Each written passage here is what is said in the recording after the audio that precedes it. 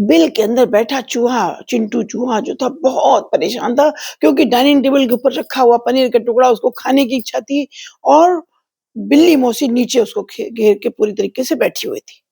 किसी तरीके से उसको मौका नहीं मिल पा रहा था, सब लोग लंच डिनर करके चले गए रूम में अपने-अपने, लेकिन वो बिल्ली मौसी वहाँ से हिली नहीं।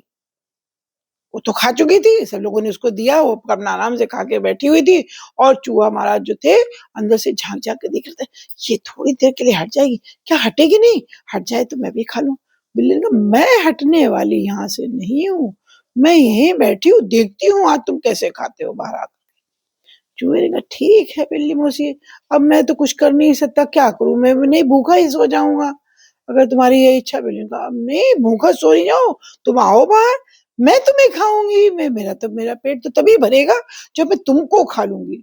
चूहे ने कहा, वो तो तुम मौसी भूल जाओ, मैं बाहर आने वाला नहीं। और इतना दोनों एक दूसरे को कह कर के बिल्ली वहीं बैठे-बैठे ताकते-ताकते उसको सो गई।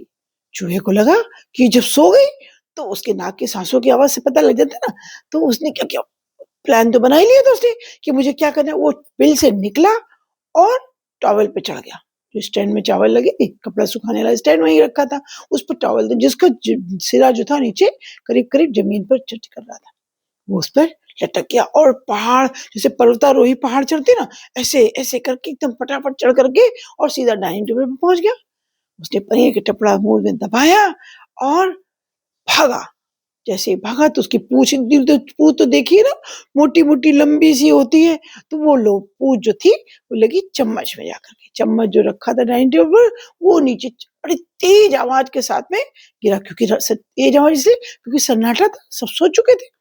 तो उस सन्नाटे की आवाज़ में वो चम्मच की आवाज़ इतनी तेज़ सुनाई पड़ी कि बिल्ली जो थी वो एकदम एकदम हड़बड़ा करके उठ के बैठ गई। "म्याऊं" करके बहुत चिढ़ से बोली और कौन है ऐसे करके। फिर चूहे ने कहा चूहा बोला तो अब ना आओ देखा ना ताओ, चूहा तो सिर्फ भाग करके अपने बिल के अंदर घुसकर सिर्फ अपनी जान बचाई और आराम से बैठ के बिल्ली मौसी से बोला, देखा मैंने अपना टारगेट पा लिया, मैं तो अब खाऊंगा, एंजॉय करूंगा पार्टी का।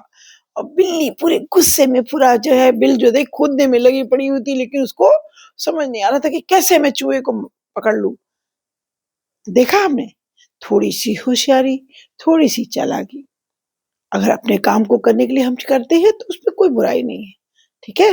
क्योंकि हमें अपने टारगेट को जो हमें पाना है, उसके लिए हम मेहनत तो हमें ही करनी पड़ेगी, फ़ोकस भी हमको करना पड़ेगा। तो मैं मीरा आपके लिए इसी तरीके की कहानियाँ लेके आती हूँ जिसमें जो सीख भरी होती हैं और आपके थॉट प्रोसेस को क्रिएट करती हैं, इम्प्रूव करती हैं। तो आज की कहानी में इतना ही है, फिर मिलेंगे एक नई कहानी के साथ।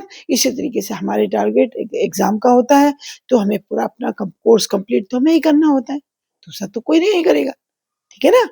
तो आ रहा है एग्ज़ाम का समय, अपने फ़ोकस को मज़बूत रखिए और अपने काम में आगे बढ़ते चलिए। नमस्कार।